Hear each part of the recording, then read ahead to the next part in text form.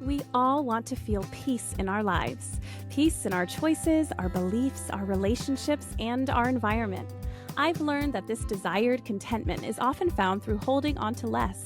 When we pare down what we own, what we consume, and what we value, we're left with what's intentional, a personalized curation of what is important and true and useful to us. I'm Shannon Leyko, and you're listening to Paring Down, a podcast aimed at helping you declutter not only your home, but any area of your life that's overwhelming. Here, we're having interesting and honest conversations about the physical and mental clutter that drowns out what truly matters to each of us. And together, we'll learn how to pare it all down, not for the sake of perfection or becoming rigid, rather so we can move through life with less overwhelm and more joy, wisdom, and peace. You're here! It's the very first episode of the Paring Down podcast. I am so grateful that you decided to tune in today. Thank you so much. I've been having so much fun rolling out this podcast slowly but surely via my Instagram account at Paring Down Podcast. All the fun reels and just the support from this community has been truly incredible. It makes my heart sing. All right. See, I'm already embarrassing. Why did anyone give me a microphone? Actually, no one gave it to me. I gave it to myself, people. But here we are. Thank you so much again for tuning in. Our very first episode today, I thought a great place to start would be to talk to a professional in the industry, in the organizing and decluttering world, who can really share with us some things we're doing wrong as we try and tackle this big task of decluttering our home on our own, as well as give us some tips of what we can start doing right. So today we're going to talk to Matlin Pessarra. Matlin worked as an elementary school teacher for 5 years before founding Minimized, a professional organizing company, in 2017. After starting off as a one-woman service, connecting with clients on social media and working one-on-one to help them declutter and organize their homes, Minimized now has a team of organizers and has worked in over 700 homes and businesses in the Charlotte area. They offer hands-on services for clients who want that fast and full-service transformation, as well as virtual organizing plans for those who just need a little guidance. Matlin has been doing this for a long time. She has seen it all. She knows what works. She knows what doesn't. And I cannot wait to share this conversation with you. So let's dive in. Matlin, I'm so happy to have you here. I just gave everybody a little high level about who you are, what your business is, but I'd love to hear from you just about your life and how you got into organizing and just your own background. My life, that's a lot, but but I started as a teacher. That was where my career started. I taught elementary school.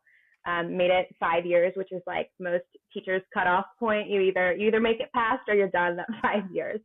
I unfortunately was done.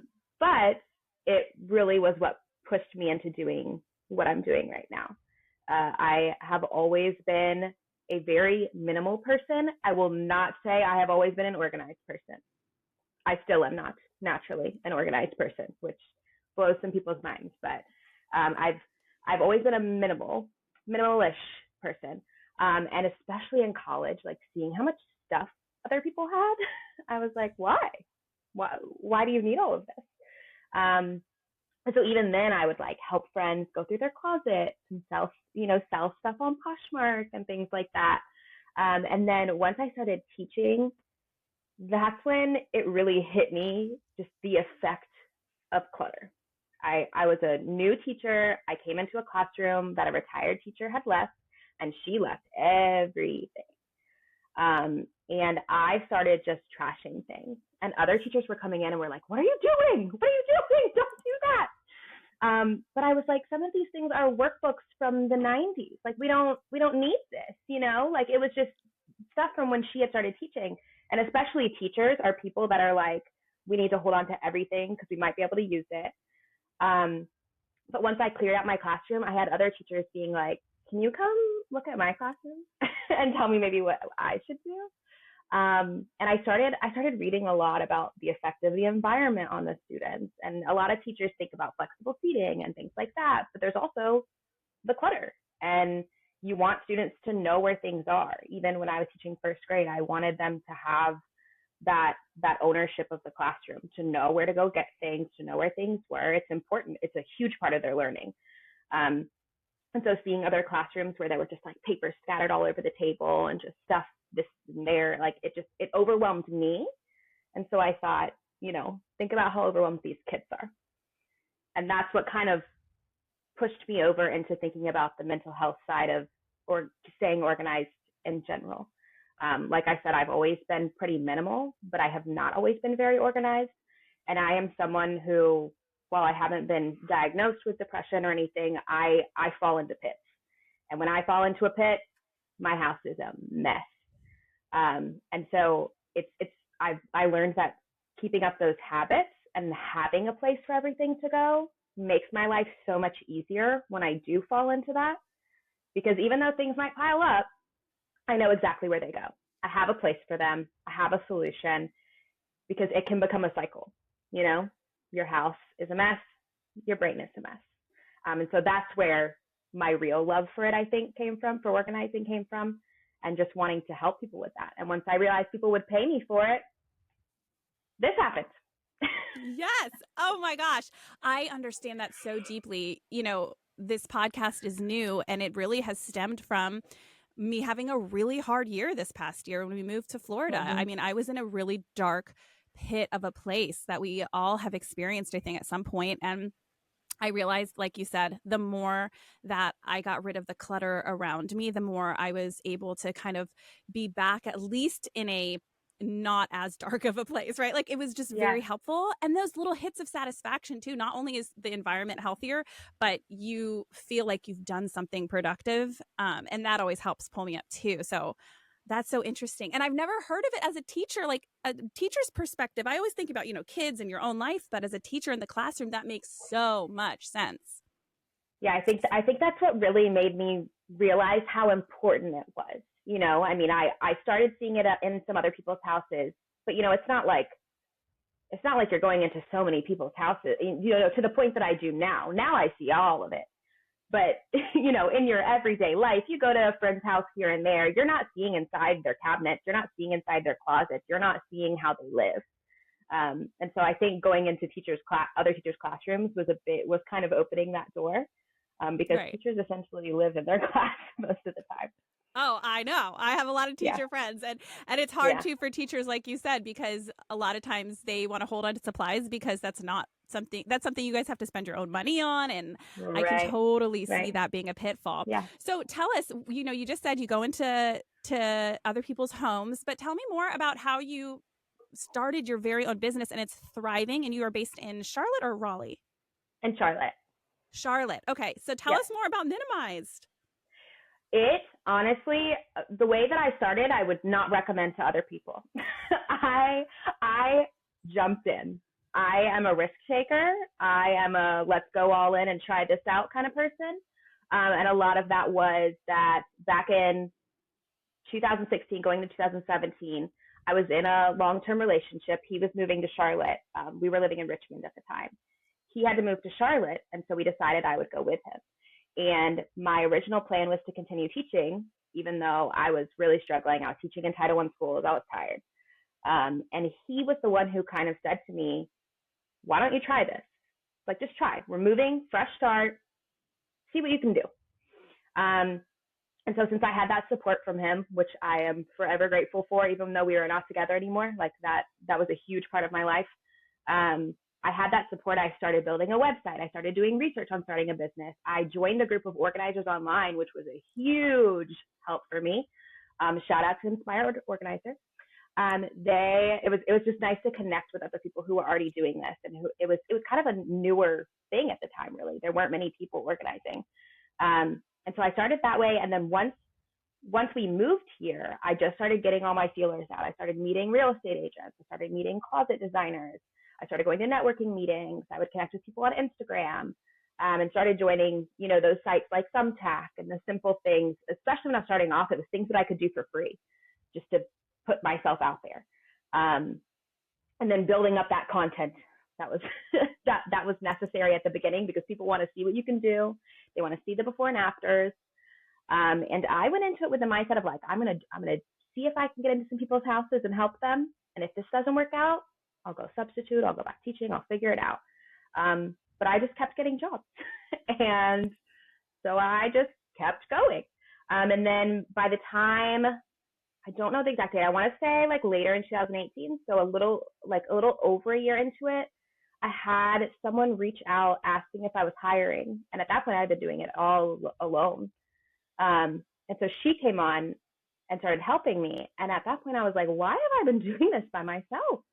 And that's why that's where it kind of went from like a just me thing to what felt like more of a real business.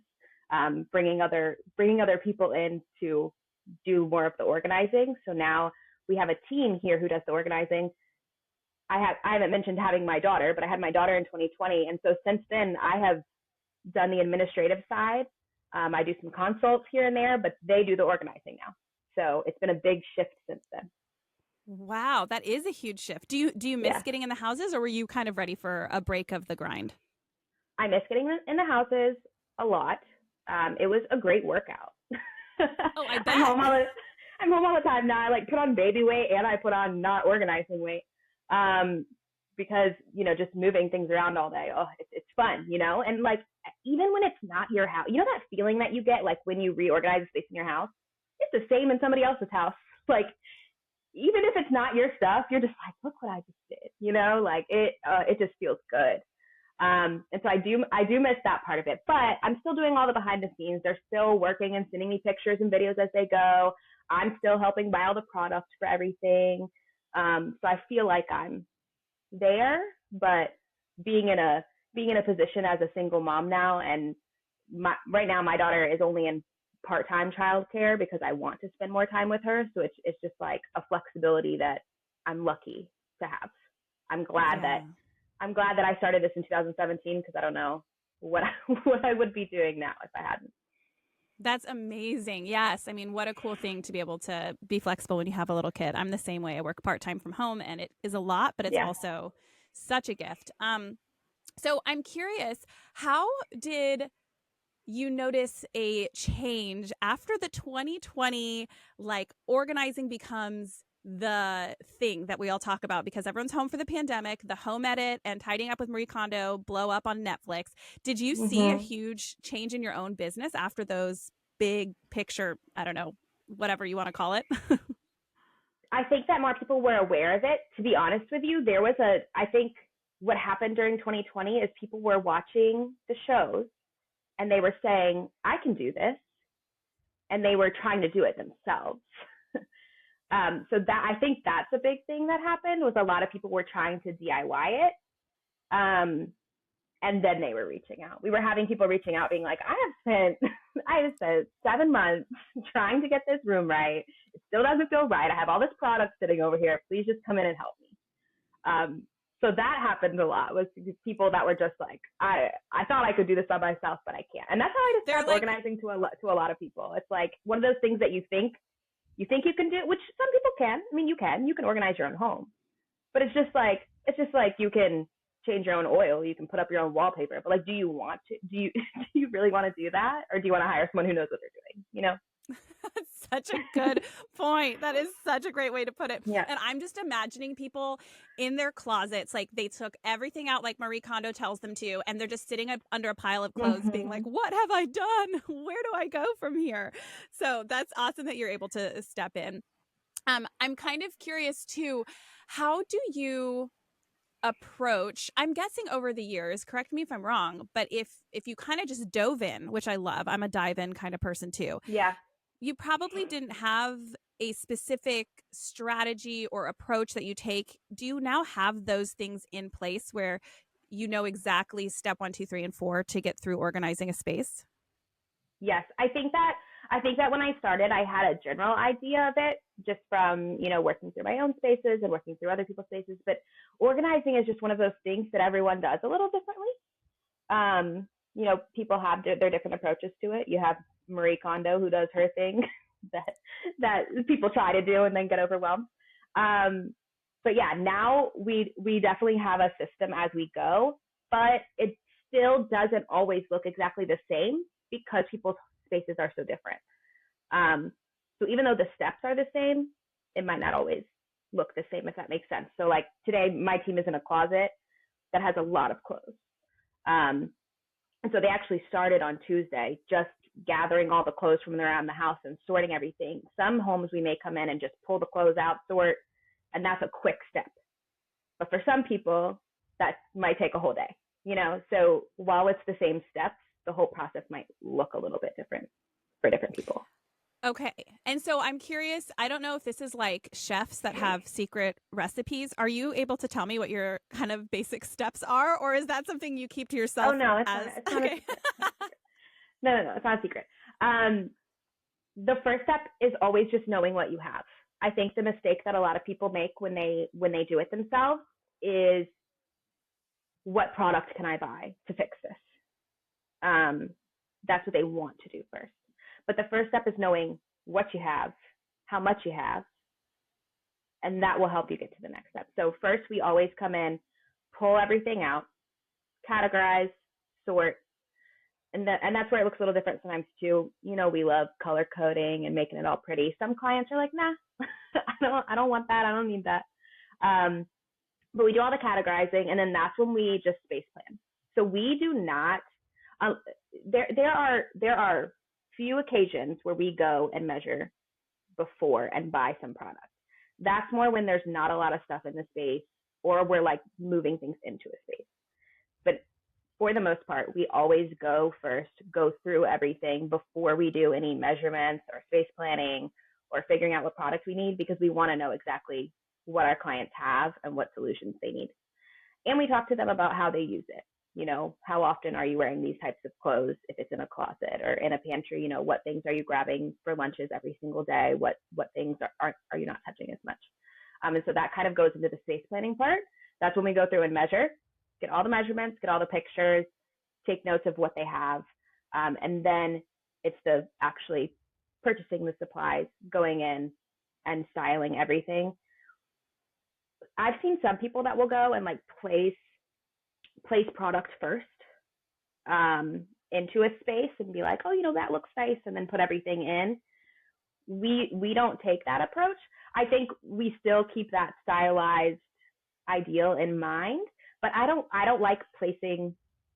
don't like placing products first. I think you want to know that it's going to fit everything you have before you start trying to make it look pretty. Yes. So we definitely keep the style in mind, but it's more of a simple, let's keep it looking a little symmetrical or things like that. Because that's something that I've learned through doing this. I'm not a decorator, as you can tell by my blank walls. I don't care for it. But I've learned how important the physical clutter, how important not having physical clutter is. And that stylizing sometimes can help just bring that visual clutter down to make it feel more calm. Yeah. So you're letting the clothes and their needs do the talking and let the product follow that, instead of creating the boundary of the product before the clothes. That makes a lot of sense to me. And I'm curious, you know, what it's like and what your role is when it comes to helping clients declutter, because obviously organizing is one side of it. But as you've mentioned, decluttering and minimizing what you have is a huge piece of the puzzle at the beginning. So when you come into someone's space, obviously you can't really declutter for them, because they are the ones that know what they wear, what they like, what's important to them. What is your role there? How do you, I guess, help them declutter if they have to do it themselves too? That's something that's been a big learning process over 7 years of doing this. It's just that because especially as a business, we want to take so much stress off of our clients, but like you said, that we can't do that. We cannot let go of things without them. We have that outlined in our contract. We will not get rid of any of your stuff unless you specifically say we can. And so they always have to be a little bit a part of that process. And I will just preface all of this too by saying that in 7 years, we have only had a few clients be unhappy, and it is the people that don't want to declutter. I think that some people saw the shows like Home Edit, and not as much Marie Kondo, but mostly the Home Edit show. and think that us coming in is going to magically fix the clutter without getting rid of anything. So that's a huge, huge part of the process for a lot of people. What we do is we always ask clients to kind of scan over things before we get there, just to save a little bit of time, because I take into account that they are paying us for our time, and they probably don't want to pay us to sit there and go through every single piece of clothing, which we're going to do. So we always ask them to kind of do a skim through. That's kind of like their first step. And we always hope that eliminates a little bit of the process. Then once we do the categorizing, we'll have them come in and just look at things section by section. We try to keep it small sections, so we're not overwhelming. Look at all these long sleeve shirts that we have hanging right here. You seem to have a lot of black. Can we skim through this a little bit? And we do have a lot of clients now that aren't home when we're there, which is interesting. What we'll do for them is, depending on the amount of stuff, sometimes, or if we need to declutter that day, sometimes we will take pictures and ask them to X off what we can get rid of. We'll take that approach sometimes. But usually we will go through and we have our own guidelines of things to set aside. So if things, especially in closets, if things still have tags on them, we set them aside. It might be brand new, but there's a good chance you've had that for a while and haven't worn it. So if things still have tags on them, if things are damaged in any way, if things just look like they don't match the style of their overall closet. So we have those notes where we'll pull things and give them just that to look through as homework. That makes sense. But they definitely have to look through everything. We try to make it as easy as possible to do a scan over. Yeah, exactly. Well, and that's part of the overwhelm, is people just don't know where to start. So I think it's amazing that you're able at least to give them that starting push, and you've pulled it out. You can identify some things they might want to look at, because some people they know they have things they want to get rid of, but it just feels so overwhelming to start. So you get them out of the gate.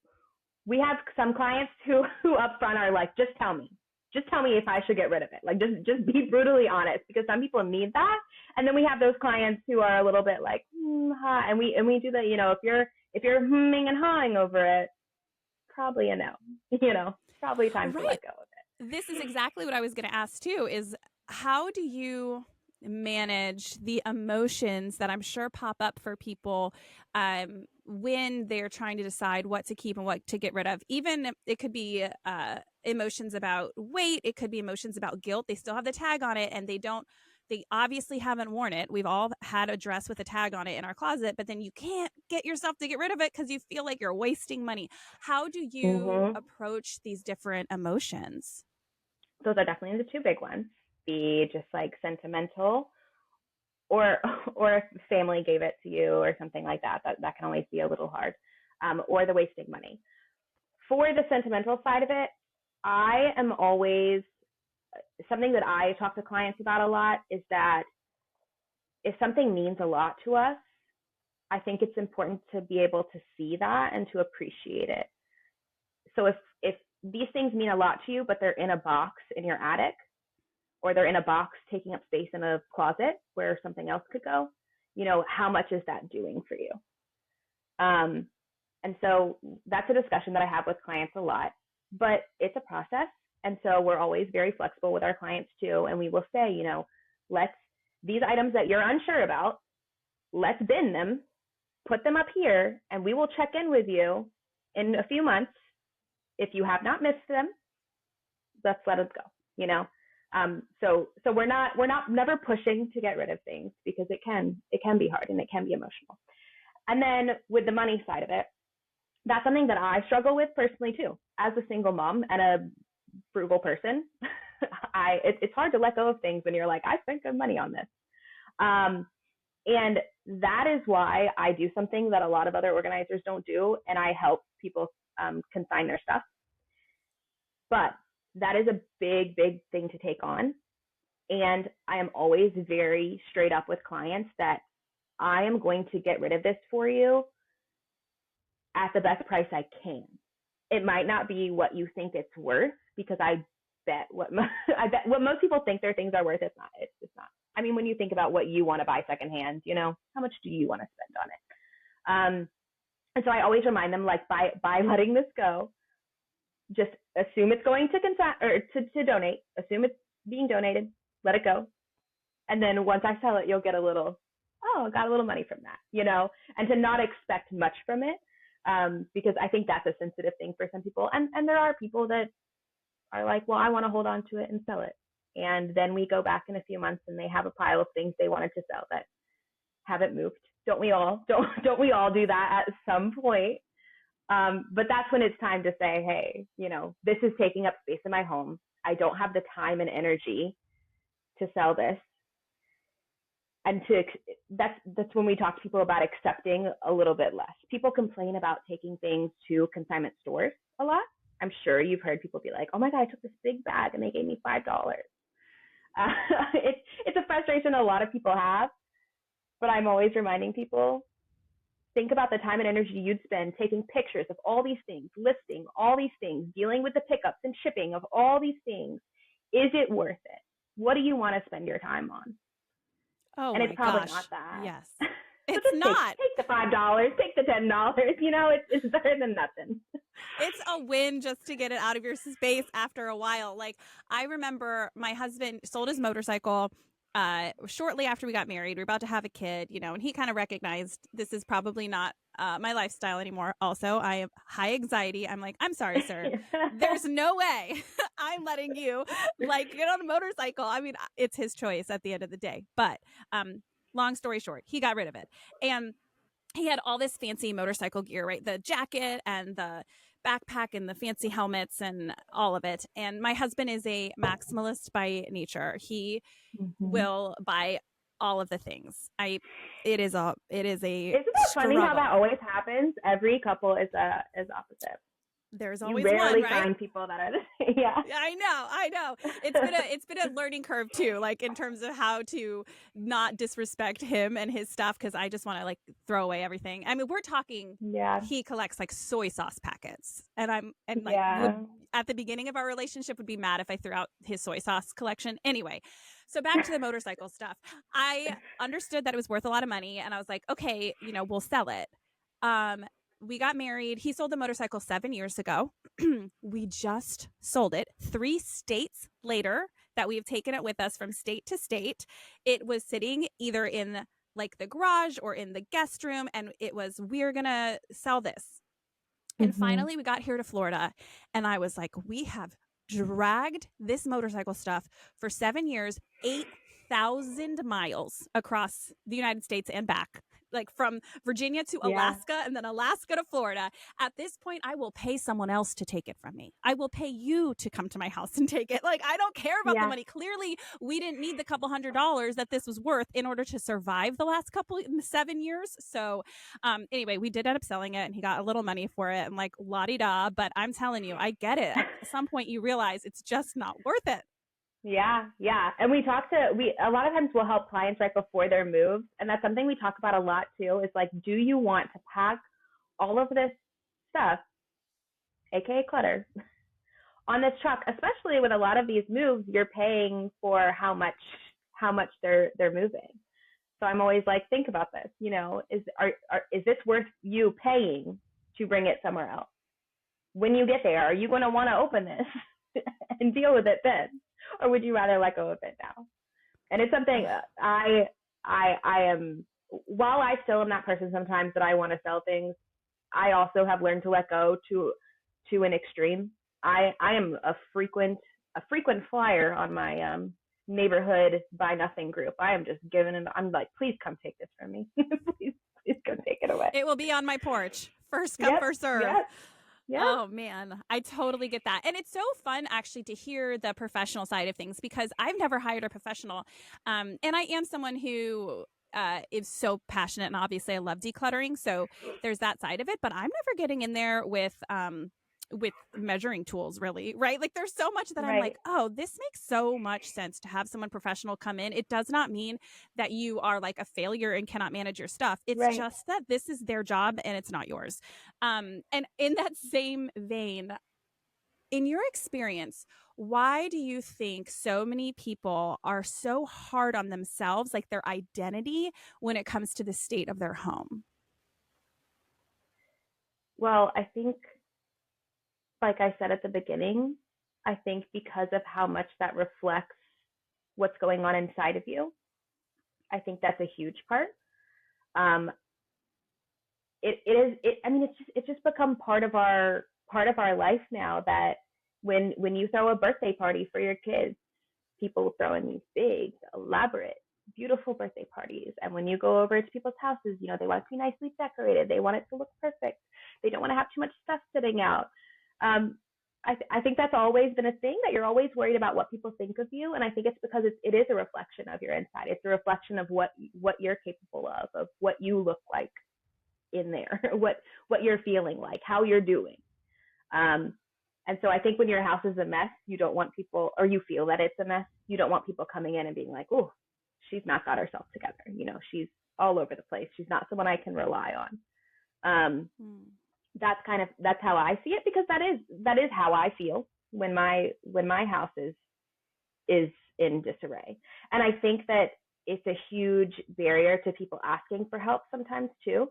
I had my own team come in when I moved into my current house, and I felt it.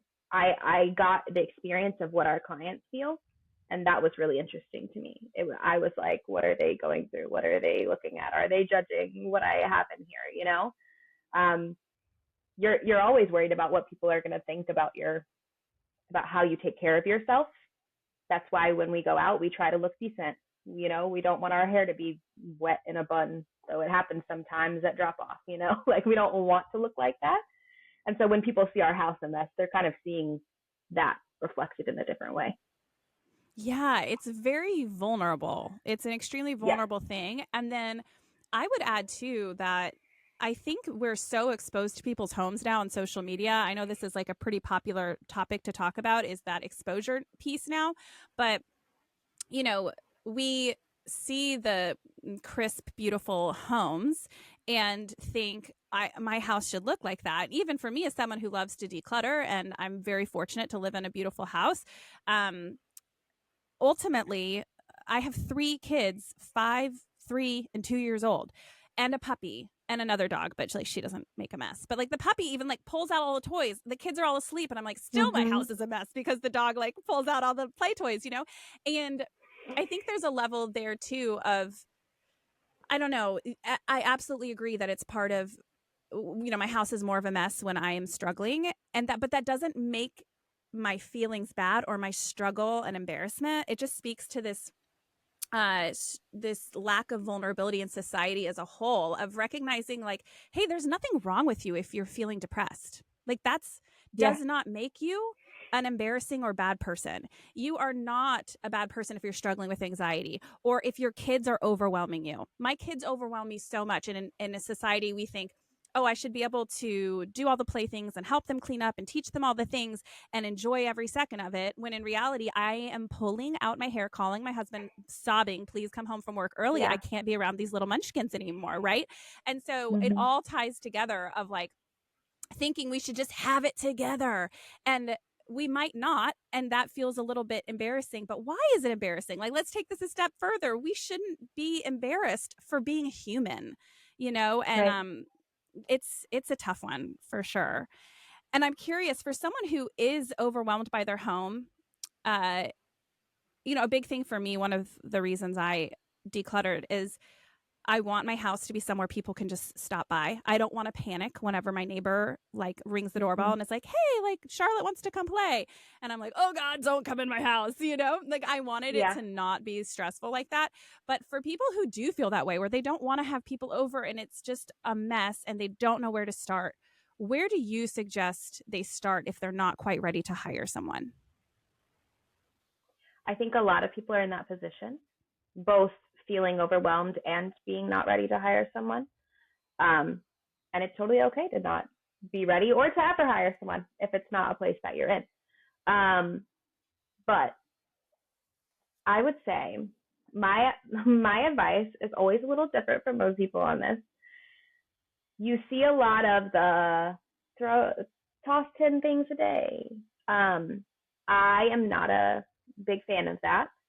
My reasoning behind that is that I think that if you are struggling with it and you feel that overwhelm, letting go of a little bit every day, and that slow process is not going to motivate you. It's not going to make you feel good. You're not going to see the change.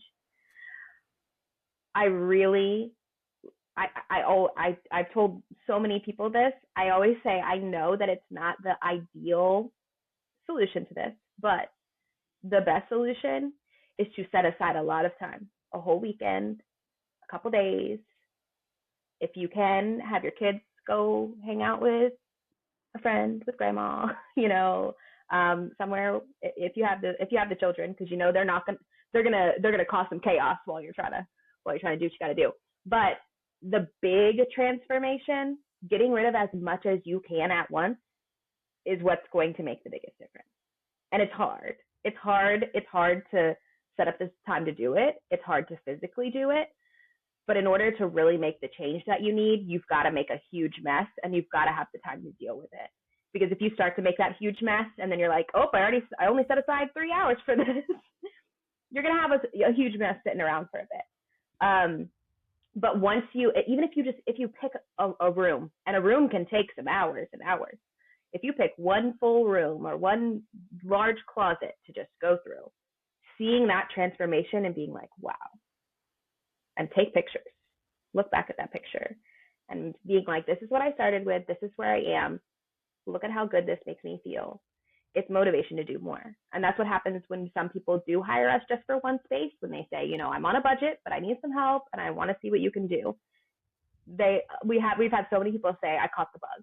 Like, I caught the bug and I want to keep going. And that doesn't necessarily mean they keep hiring us, but they keep working on their own because they want to feel that. They want to keep feeling that through their house. But yeah, the one thing a day, the 2 things a day, the 10 things a day, it's just, every time I read that, I'm like, no, don't do that. I mean, yeah, it doesn't hurt anybody, but it's not going to get you anywhere, Right. I think that's probably better advice for people who have already decluttered, done the big stuff. Like for me, I am constantly kind of getting rid of a couple things a day and putting in the donation box or the trash. Yeah. It is maintenance. That's such a good way of putting it. And it's true. Like picking one space to start, like a closet, like just set aside time to do that and then let that be the grand motivator for the next thing. I think a lot of people that I talk to, they just think the house and it's so overwhelming, but like making it into just one project at a time, but a satisfying project at a time. Like do the whole closet, do the entire, all the junk drawers, do the whole, kitchen cupboards that have 1,000 different cups your kid has collected from every event that gives them a free plastic cup, right? Like just do that cupboard.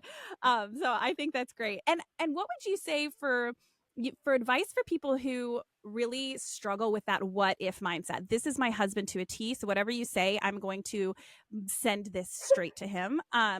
What if I need that item again? What do you say to them? I have a personal rule for those sorts of things, and so I talk to clients about what's comfortable for them.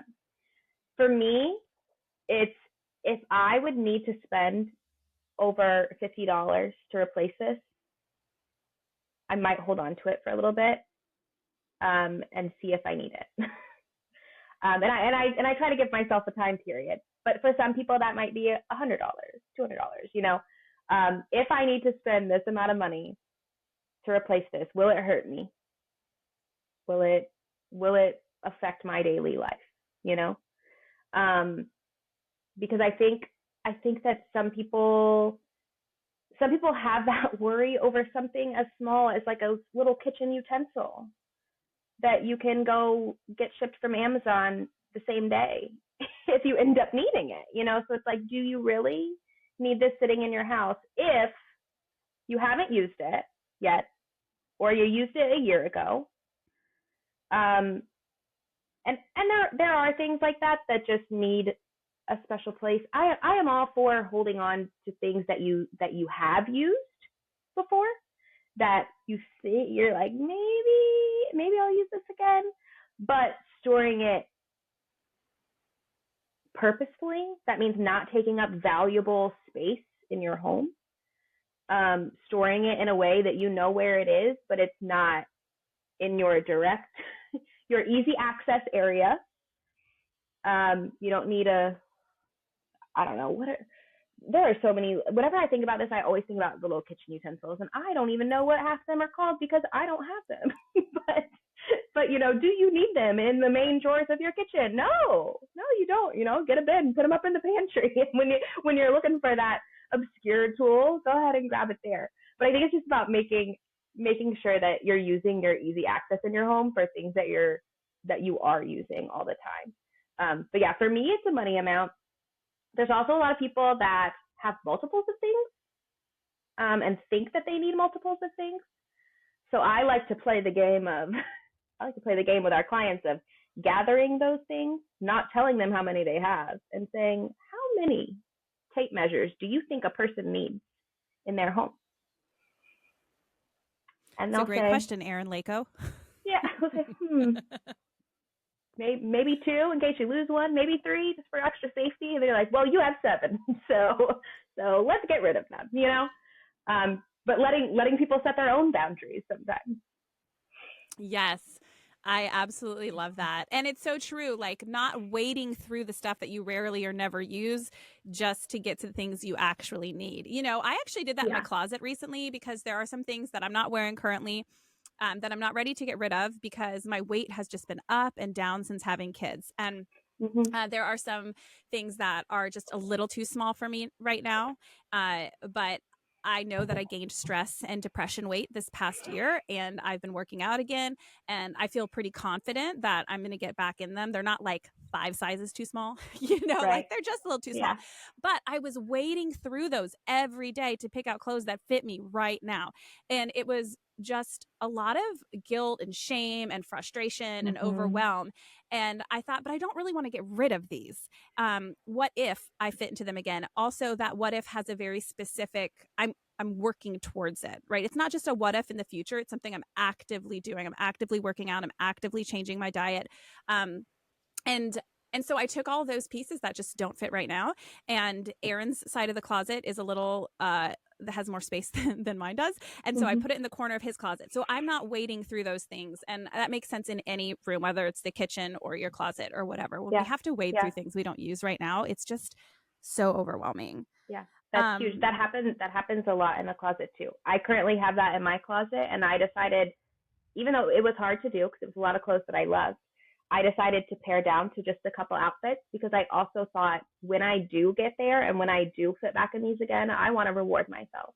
I want to reward myself with some new clothes too, not just going back into these clothes that I wore a couple years ago, Yes, and being aware of what your shopping habits and your future self will be. So this is something, again, Erin and I talk about this all the time because we're still in the process of working through a lot of our stuff. And it's not all him by any means, obviously. I just gave an example of my own closet. But when he gets into that what if mindset and struggles with that, I also think of 2 things. I'm like, what does our life actually look like? Will we have a themed party that we're going to need this disco ball for? That's a real one happening in our garage right now. Doesn't want to get rid of the disco ball. And I'm not going to force him. I'm not going to throw it out behind his back. But he's like, what if, And I'm like, is that really our life now? Like, I know you had grand plans for this disco ball when we got married, when you were single, but truly, come on. And then the second thing is, I lost my train of thought. But yeah, really just knowing who you are in the future, even when it comes to clothes. That's something I did too, was if I lose this weight in a year from now, am I going to still like these jeans? Or would I already be buying a new pair of jeans that fits the style? Because I love style. So I don't mind spending a little money to stay up to date on trends or whatever. Is this something I would still buy a year from now? If not, then I don't need to keep it right now either. And just looking to your future self and recognizing that it's not like you're never going to buy anything again, right?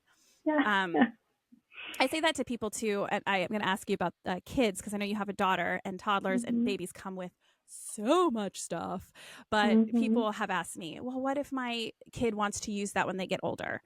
I'm like, it's not like they're never having a birthday or Christmas again. If suddenly they are really into that toy, that one specific thing, then Santa can just bring it on his sleigh and they get a brand new one, because you got to think of Christmas gifts anyway. But anyways, in that realm. So for people with kids, because I know that you have how old is Monroe now? She will be 3 in December, so she's on Oh, the higher end of 2. yes. Sassy. Okay. So they are peak insanity in the twos. I have Oh them. yeah. Yeah. Yes. I'm I'm So I'm wondering if it's the 3s because it's getting worse. I don't know. I've heard that, and I don't know if this is entirely true because my kids are also different. Even though I have three, I can't speak to this. But some people say Yeah. that if the twos feel like you're dying, then three is going to be easier. And if twos don't feel that insane, then you probably have it coming for threes. Yeah. That's Um, that's that's so, here. yeah. Yeah. How did you handle that influx of kid stuff as somebody who lives so minimally? It's hard. It's a learning process, especially because I I mean, don't we all? But I love making her happy. And I think that's a big part of why our kids end up with so many things. One, because we love seeing that joy when they get those things.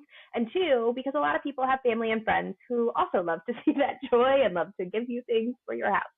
Um, I it's changed a little bit over time. When she was in the younger years, younger than one, she never really had much. I was very much that mindset that like kids will play with a spoon and a water bottle over anything else, and it is so true. Um, they want what they're not supposed to want. As she's gotten older, she loves imaginative play right now. So we have the play store, we have the play kitchen, we had a play car, and all these things. I absolutely set boundaries for that, just like I do for any other space in my house. So with the large things, if something's going to come in, something's going to come out. And yeah, she might be upset. She might be upset. But I have already taught Monroe that when we let go of things, we're giving them to someone else who might not have it. And I think that teaching that young is really important because she will go now. Just a couple months ago, I think we were in her bedroom and I was talking about how many stuffed animals she had on her bed, and my dad randomly sent her like a bunch of like a giraffe and a lion and like all these stuffed animals that she didn't need. And I was like, you have so many. And she made a pile and she said, can we give these to another kid? And so she's already not even 3 yet and starting to do that herself. And so I think that teaching kids about donation really young is a huge helpful part of that. Because I will have discussions with her when the playroom gets a little crazy. I'll say, do you have anything that you want to give to another kid that you're done with? And there have been some big things like when I got her little play store, I decided to get rid of the play car. We kept it inside because we don't have a yard. And so I was like, I can't have all of these things in my house. I let it go when she wasn't home, which is a tactic some people use. That I knew I had to. I knew that she wouldn't let me. And she didn't notice for like 3 weeks, and then was like, "Where's my car?" And I was like, "I don't know." And then she just never asked about it again. So sometimes you're lucky in that aspect. But yeah, I think that setting boundaries when something's coming in, something is going out. Toy rotation is ideal, but oh my gosh, do we have time for that? No. What I do is I keep the bigger toys out, and toys with a lot of small pieces are in bags or in small bins up in a closet, and she has to ask for them. So if it's a puzzle, if it's, you know, anything that has a lot of pieces, she has to ask for it. We get it out. She has to put it back in the bin or the bag before we get another one out. Like I just can't handle, I cannot handle the mess beyond that. There's always going to be a mess with kids, but you have to set limits in some way, and that's the way that I do it so far. Oh, That'll that's probably such good change. advice. I think I'm going to adopt that because we don't have a whole lot of toys, but the ones we do have a lot of pieces because, those are great for their imaginative play and for Mm-hmm. their fine motor skills and all that. So we have Magnetiles, we have Duplos, and we have a wooden train set. Those are the three we have. And they have access to them. And it is the worst to clean up the playroom when they've like dumped all the toys out. And it's not a bad thing. Yeah. I tell my kids a mess is a good sign. I say, what does a mess mean? And they say, it means we had fun, so like, I don't ever want to Yeah. like make them upset about it, but I'm wondering if it does just make more sense to not have them in reach. And if they ask for it, great, you can play with it. And then we don't have all of them out at the same time with 1,000 pieces to pick up. That's Yeah. really great Yeah. advice. And I that want to also ask helps you, you know when to get rid of things, especially with the younger ones when they may not agree to do it. When you notice they haven't asked for something in a while, it makes it a lot easier to do so when they're having to ask for toys. Ooh, that's such a good point. Okay, I want to ask you 1,000 questions, but for the sake of respecting your time, we will close up with 2 questions that I ask everybody. The first is, in your own life, what is something physical or otherwise, I mean, anything you can think of that you want to pare down or are currently paring down to just make simpler, figure out the root of it, anything like that? Well, this one is a little, because I go through things very regularly. I was going to say books was something that I had an issue with recently, that I just had a lot because I love physical books and I love to read them again. So that is something that I collect a lot of, but I recently went through and was like, let's be realistic. Let's be realistic. How many of these am I going to read again? An audiobook won't hurt me. But I think the biggest thing actually for me right now, which is a little funny, is because I tell people not to do this. Oh, this is embarrassing. I tell people not to buy products, but a lot of it is because I have moved. I live in a rental and I moved from an apartment, and so a lot of the products that I had at my old apartment came here and like didn't quite fit in places. So I have a storage shed where I park, and there's so many. There's just products in there that I don't use and that I don't need, and that is something that I need to let go of, because that is something that for me, I'm like, well, what if I find a way to use this? I just love organizing products. Oh man, I feel that. We kind of stopped decanting things for a couple different reasons, but I still have these like beautiful, bins where you can pour things out, and I'm having a hard time getting rid of them, even though they're not working for our family right now. Cause I'm like, what if, I get that. Yeah. And what is something, this can be as fun or as deep as you want, what is something that you look forward to in your life right now? It can be a book, an event, a holiday experience. I mean, just anything you're looking forward to. That one is easy because I used to go on cruises with my family all the time. I have been on 9 cruises in my life. We started taking a break after 2020, obviously, but my daughter has not been on one. And so I'm taking her on a cruise for her 3rd birthday, and it's coming up so soon. So that's an easy one that I'm very much looking forward to. I made the mistake of telling her about it. And so every day, can we have my birthday on the boat? Yes, we can, but not yet. But yeah, I am very much looking forward to it. And my mom and dad are coming, which they originally were not. It was just going to be me and her, but now they're coming. We have adjoining rooms. Oh, I'm going to get a little break too, along with the birthday. Happy birthday to you. So yes. That's Exactly. great. What a great clutter-free gift. There you go. Experiences. Yeah, I'm all about it. Well, Matlin, I cannot thank you enough for coming on the podcast, and it's just been a pleasure to talk to you. And again, thank you so much. Thank you. You just listened to an episode of Paring Down with me, Shannon Leyko. If you enjoyed the show, it would mean the world if you can leave a review wherever you listen and share this episode with a friend. Those reviews really are what keeps a podcast on its feet for the long haul, and I will read every single one with a huge smile on my face, so thank you ahead of time. If you're watching on YouTube, don't forget to hit subscribe. Also, be sure to follow along on Instagram at Paring Down Podcast, where I offer lots of tips and inspiration for paring down, along with what's new here on the podcast. Till next time.